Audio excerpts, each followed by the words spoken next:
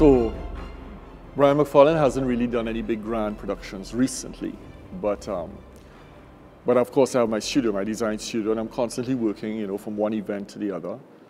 But I have been playing with this idea for the last 5 years. I wanted to do something really magical and special, something joyous and exciting for Christmas. So I actually planned this last year, and we were moving towards doing a great show at Napa. I think we actually had like one rehearsal, we had the whole team together, and I got the news that Napa was closed down. So we tried to move across to Queen's Hall, but it was unfortunate at that time, it was too late to get a space. So I immediately booked for this year. So we're having this fabulous event for Christmas this year. And I think it's going to be spectacular. I think the timing is just perfect. We've got a whole election behind us. We've got a new government in place. And I think, you know, people are just looking for something energized and something fabulous and something motivational to move us forward. So I think this is the show. So this Christmas production takes place in November, next month, and it's going to be right here at the Queen's Hall. It's going to be from the 12th, Thursday the 12th, with a gala opening, and it runs until the 15th. So although it's 4 days, we actually have 6 shows. We're going to have 2 shows on the Saturday and 2 shows on the Sunday. So it's a star cast. We've actually handpicked, and I say we, because we have the best of the best. We have John Thomas, who is the talent coordinator and the advisor to production and directorship, which is myself, Brian Mac Farlane. So we've put together a wonderful cast of handpicked members in the choir. The choir is some 65 plus. And then we have a fabulous orchestra, which is a completely live orchestra, all electronic instruments. So there's some 12 violinists and cellos and timpani drums and brass and horns. So set against this incredible orchestra, which is like 38 members, a choir of 65 plus, of all age groups. Set against that, we have the best of the best performers and singers and artists of Trinidad and Tobago. So we have people like Wendell Constantine, John Thomas, Marlon DeBeek, Raymond Edwards, Eddie Cumberbatch, Nigel Floyd. We have Kevon Carter, who is the lead singer for Imogen Company, Wendy Shepherd, everybody knows Wendy Shepherd, Stephanie Nahus, who is young and upcoming with a fresh voice. And along with that cast, we also have Rosanna Winchester, we have Marvin Smith, we have Letitia Sylvester, fabulous singers, and of course to crown it all off is that fabulous soprano, Anne Friedel, who's actually returning from London just for this production. So it's a star cast that we're putting together for this incredible Christmas production of joy. Well, I think that goes without saying. I think we're hiring this guy by the name of Brian Mac Farlane, so we expect to have some fabulous sets, and there are going to be quite a few set changes happening. And set against that, we're going to have some wonderful little effects that are going to be happening as well. The show will become somewhat a sort of interactive show where things not only happen on the stage, but in other little areas, which is going to make it quite unique and interesting. And what's also very exciting about the show is from the time you arrive, and I try not to give away too much, but still make you excited, is from the time anyone arrives in the car park, there's going to be little snippets of things that are happening in a beautifully, extremely lavish Christmas setting that we're going to do here at Queen's Hall, both in the entrance and in the foyer as well. So there's going to be little snippets of Christmas that's happening. There's going to be a pre-show. So we actually ask people to come for 7 p.m. and we gather, and you know, the bar is going to be open, have a wonderful glass of wine, whatnot, and meet and mingle. And then at 7:45, we open the doors, you're invited in, the ushers will very quickly seat you in your seats, and then the magic begins. I want to come. Right, so we can talk about you. I don't want to talk about me. You sure? I could talk about me, but there's a part of me don't want to talk about me. But you know why I don't want to talk about me? Because I'm supposed to be doing a carnival band, and I don't know if it could happen with all what I'm doing right now, so I don't know what to talk about. But anyway. Questions are simple. Go ahead. If you have a philosophy you live by now, after all your years and all your experience, if you have boiled it down into what your life philosophy is now, how you approach things? I think my life philosophy really is, and you said it well there, you know, it's after doing all what you've done and after reaching a certain age in your life, it's just about the love of life, the love of what you enjoy. And I think anybody around me can tell that I live for my work. I live for what I do because I love what I do. I don't really have any big sort of social life, and I mean, it's from work to home and home to work, other than my two beautiful little cats that I have home who are my daughters. But other than that, it's really my work. But that brings all the joy, that brings the momentum, and that gives me the energy to move from one project to another project. The sad thing about that is that I get so caught up in it as an artist, as a creative person, that a lot of the times the financial aspect kind of falls by the way, and then you end up at the end of a production saying, wow, what did I make in this? You know, and I still got to go to the grocery, and I still got to buy groceries, and, you know, and put food on the table and that sort of thing. And you kind of wonder, well, what am I doing? You know, you need to be a little more organized on the financial aspect. So that still, after so many years, still comes into play every now and then. But the bottom line, I think the philosophy is, you know, live for what you love. And that makes life. If you were to say Brian Mac Farlane is who you would say he is? I don't know. I guess I'm a little shy to answer that question. That's a hard question. But again, I think people around me would say the same thing. Brian Mac Farlane is generally a very shy person. Just what I'm doing here now, I don't really enjoy doing this, but I know I've got to do it because when I do these creations, I've got to promote it for people to see these fabulous productions and these. And I've grown accustomed to doing it, but I wish I didn't have to do all of these things because I really wish I could just do what I love doing and just, you know, somebody else can do this. But the person who is the creator really needs to be the person that does it. We need to feel you and you need to feel my energy, and you need to feel the energy of the show and the production. I guess nobody else can do that the way that the creator can. But yeah, I consider myself a very spiritual person. I think I have a great connection with my God, who I believe has created me, and I have a love for people. I have a love for life. You know, I'm going on the road and I see a little stray dog that I can pick up and take to a shelter, or a little cat that I normally have cat and dog food. Maybe I'll stop off and give them, you know, from my vehicle. And I just care for humanity as a whole, you know. So it hurts me when I see lots of things that going on around me, you know, that doesn't have to be the way it is, you know. And even sometimes in the whole political arena, you know, how they react and what is being said and reactions in Parliament, that's not necessary, you know.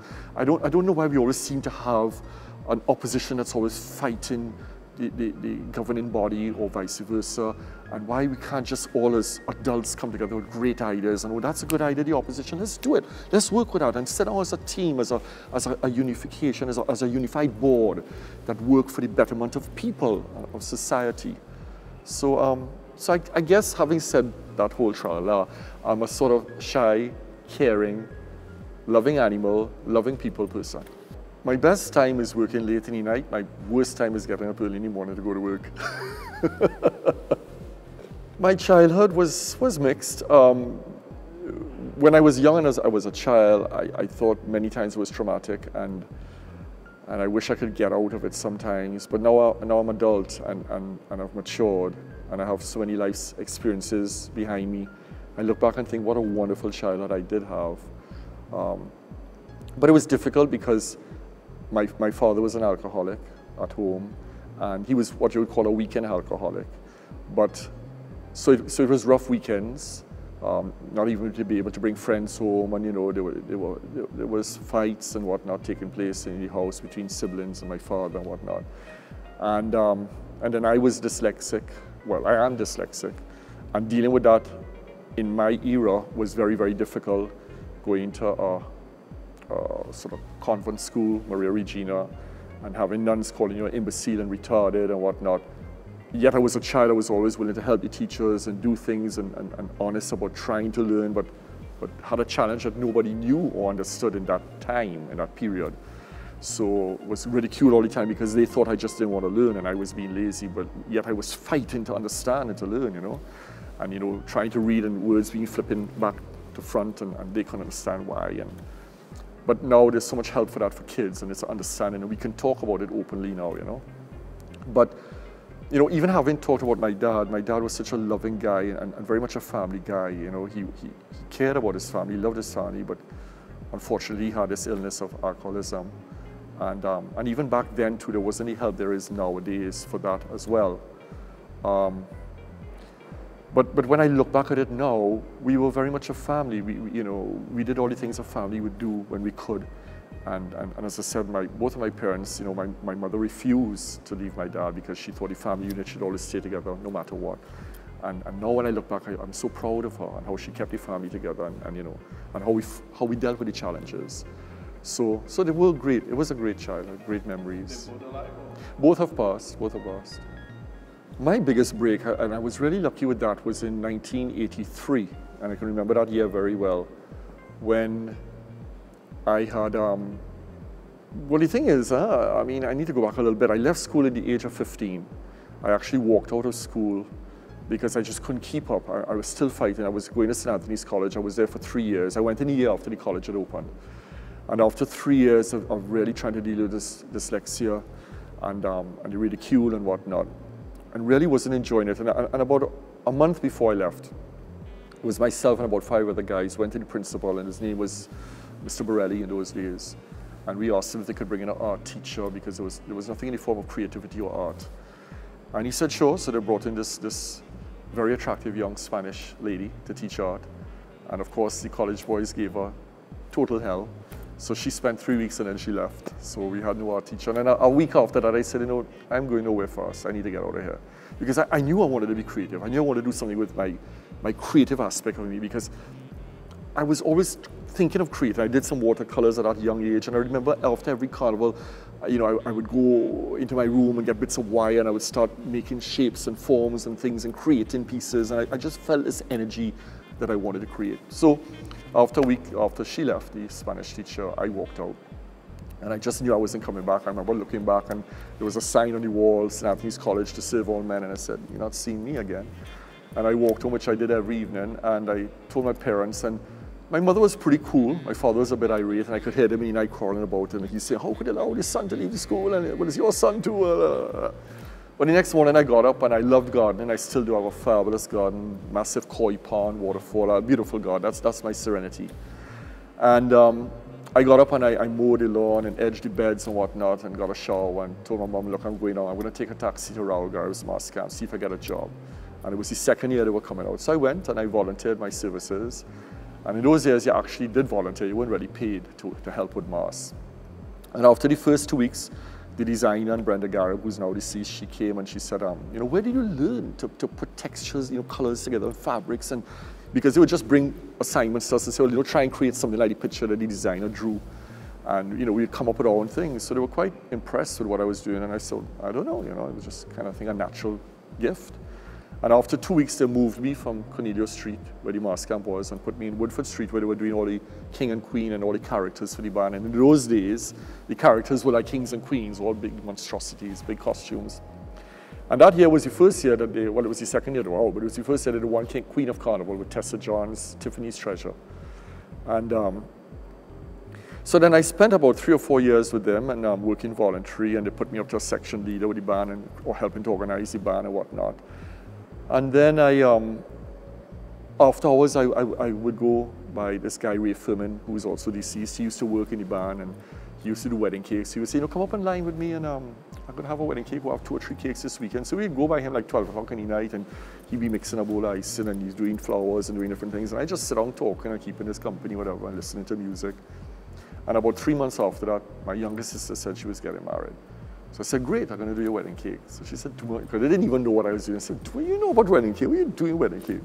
So I said, I'm going to do the wedding cake. So I said, you don't believe me? So I went in town and I bought all the tools and different things, mixed up ice, and started to make some of the flowers. I said, look, you see? So she says, okay. So it was the week before Christmas, so the cake had to be red and white and green, and it was at the Holiday Inn in those days. And what was amazing, it was a big monstrosity, about 6 tiers, a fountain in the center with little arms going out with other cakes, and it was really a stunning piece. And everybody heard that Brian was, it was about 200 people, but everybody heard the family and friends that Brian was doing the cake. He'd never done a cake before, so everybody's coming to see the cake more than they're coming to see the bride. And what was quite fascinating is when people got into the reception, everybody gathered around the cake and everybody started to applaud. I've never seen that in my life before. And that really kind of gave me a boost. I said, wow, I said, by the way, that's my sister, she's the bride, So that kind of propelled me, and I started doing cakes. And in a couple of months, I was doing sometimes 5, 7 weddings in a weekend, wedding cakes. And then I went to Mr. Walsh, who's also deceased, and I'm talking about a lot of dead people this evening, but anyhow, he was the manager of the mall at the time. So I went to him, and I said, I'd like to put on a cake display. It was the month of June, which is traditionally the month for weddings. So I borrowed back 6 cakes that I'd done that weekend. And in those days, there were these really big masterpieces. So one was like a 7-foot-long horse and carriage. There was another, a Roman temple, a Japanese fan, a Chinese pagoda. Really beautiful pieces and very intricate work. And Wayne Barkley always used to, whenever he saw me, he would say, Brian, what I love about your work is that the detail that you put into it and the finesse that you have in it, it looks like fine china, how you put it together. And although I see beautiful cakes that people do now, I've never seen anybody else do that sort of work that I've done. But I suppose that was a period in a time, but it was really spectacular. So I put together this exhibition, and I wanted to create a decor for it. So there were some ficus trees in the old West Mall in those days. And I went down to Excellent Stores. He took me to his factory, and I bought all of these strands of Christmas lights. Took out all the colored lights, and it's just the amber and the white. And in those days, it was the lights with the little prickly sort of plastic covers on them, the real old-time Christmas lights. And I put them into the ficus trees and we're talking 1983, in June, the middle of the year. And I had them around, and I draped some fabric, whatever, put some spotlight and whatnot. So the next morning, the mall opens, and people are all fascinated with the cakes, and and people picking up cards and feeling good about it and so. But people kind of sniggle and laugh and say, well, what's this Christmas lights? Christmas in June? Because little lights in Ferry, And now, you see that a dime a dozen everywhere. There are little lights and trees all over the place. But yeah, that's since 1983. So then I said, if I'm doing the cakes, and then people start saying, you don't do decors too? So I said, well, why not? So I started getting into the decors. But what happened, what really gave me the great break was, say Mr. Patrick Walsh, really wonderful gentleman. He came to me that morning, the said morning after the exhibition opened, because I'd done it through the night.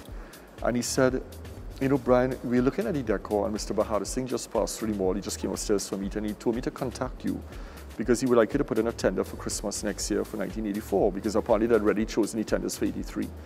So I said, no problem. And there was something like 7 tenders, and I know Wayne Barkley was one. There were a couple of big guns in those days that were tendering for both Long Circular and West Mall. So I did put in a tender, and I won the tender for 1984. And that was the first year that I did a mall for Christmas. And I haven't stopped. I've been doing malls for years. It varies from which to which I will do.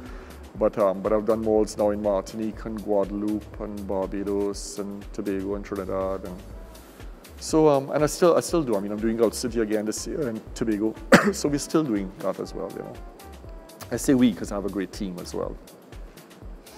I think one of the biggest lessons I've learned is that you don't ever take anything for granted.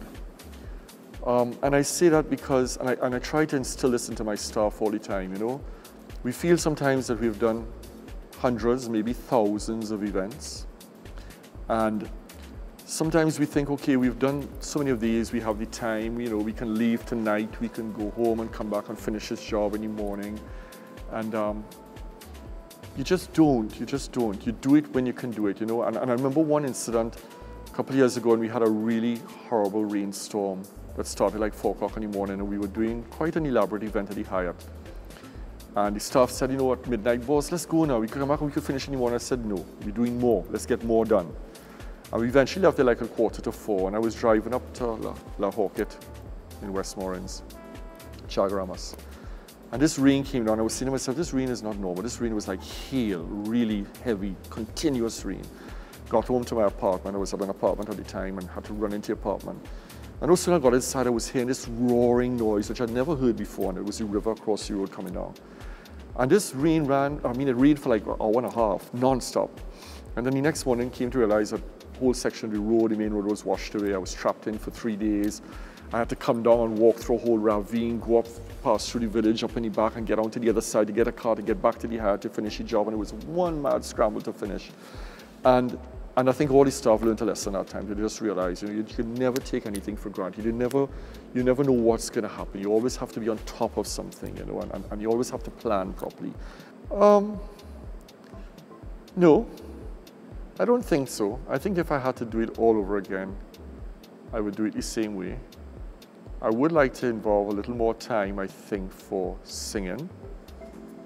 Maybe that's one regret I have, because when I was in Maria Regina School, my shyness came into play when I was in the choir, and I used to sing solos and so for the choir, Maria Regina School. And then I went to have my appendix out, and I came back, and the music teacher said, you know, come back to choir classes, and I just didn't do it. I don't know why. And I think that's one regret, because I would have loved to have kept up singing. I love singing, and I think I've passed that stage now, but that's maybe one regret. But no, I think I would do everything more or less the way I did it all over again. Earthquakes.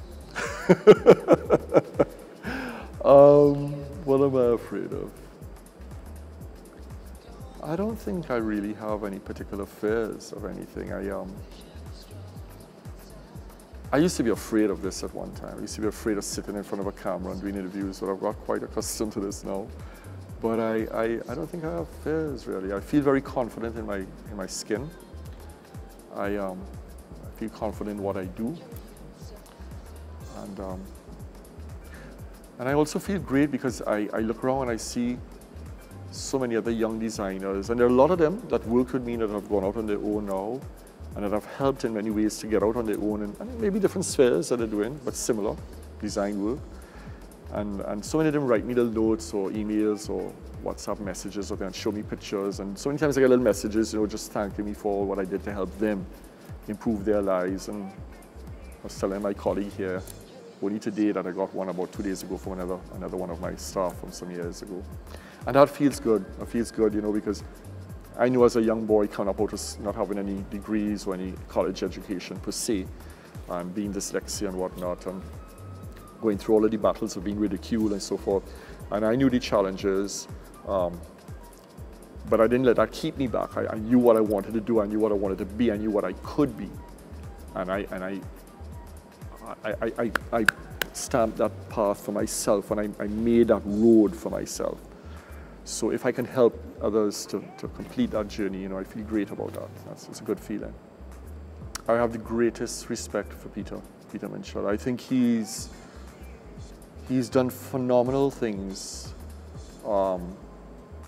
He's recreated the mass. He recreated the mass. But unfortunately, I think I would be humble enough to say that I tried to continue that vein of what Peter had begun, but I don't see much of that happening anymore. But I have the greatest respect for him, and I would really be honored if one day that both of us could collaborate and do a band together would be fabulous, but even just to collaborate and do a production, I think would be phenomenal.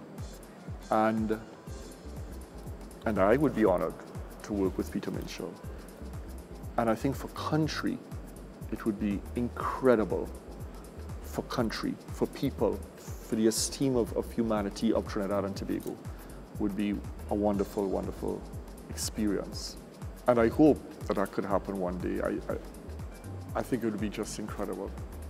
I think one of them would be my trip to India in 2009, when I was invited through the Indian High Commission, along with our government. I was asked to represent not only Trinidad and Tobago, but the Caribbean region for the prelude or the opening of the Commonwealth Games that was being hosted in India. And there was an exhibition by the name of Power Cloths. And in this exhibition was this beautiful room in an old fort that's now the Craft Museum. And there were the garments of all of these fabulous Commonwealth leaders of different periods. So there was Queen Victoria, King Nero, Mahatma Gandhi, Nelson Mandela, and many more. So all of their garments were on these mannequins, and what was phenomenal was that nothing was in cases, so that one could go in and touch these garments, hold these garments. And that was a oh my God moment by itself.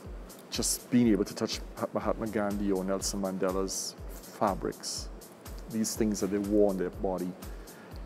And to know that in that room was a piece of work that I had also done that was exhibited with these world leaders. And my piece was dubbed the Cloth of Celebration. It was a grand Pero all in pearls and off-whites that I had done some 20 years ago, all by myself. I jeweled all the face and everything and worked all the body. So it was just tones of whites and off-whites. And they actually placed it as the first piece when you walked in the front door. And just beyond it was Mandela. Gandhi was to the right of it. And then you had all of the other placements. And they chose 3 people in the entire exhibition of all the countries to speak and to lecture. And I didn't know this until I got there. Luckily, I took a lot of my carnival DVDs, but I was one of the people that they asked because all of the other garments were worn solely by an individual who was a great person that had enormous world recognition. The one piece that I took was how they saw it was a piece that brought people from all over the world to Trinidad and Tobago to celebrate. So they looked at it as the power of that mask, the power of the fabric in the mask, the power of the cloth, which was Power Cloths was the name of the exhibition, and the power that had to bring so many people together in unity in the celebration of the mask. And so I spoke at 5 universities. One university I went to was 39 professors, only professors, and I didn't know that till I got there the day. And I lectured to them and showed DVDs on my work on carnival as a whole of what it is in Trinidad and Tobago and how it all began and my true essence of what it does for me or makes how it feels for me. And at the end of it was a standing ovation by all of these professors.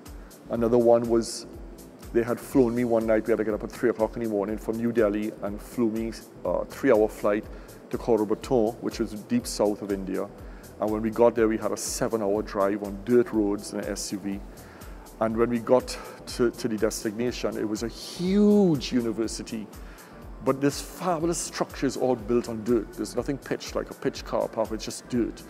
And as we turned to drive in this long dirt road going down to the main campus hall, where the lecture was going to take place, all of these lamp poles had these big pennants saying, welcoming iconic designer Brian Mac Farlane from Trinidad. And that was another, oh my God, I didn't expect this. I mean, it just blew me away.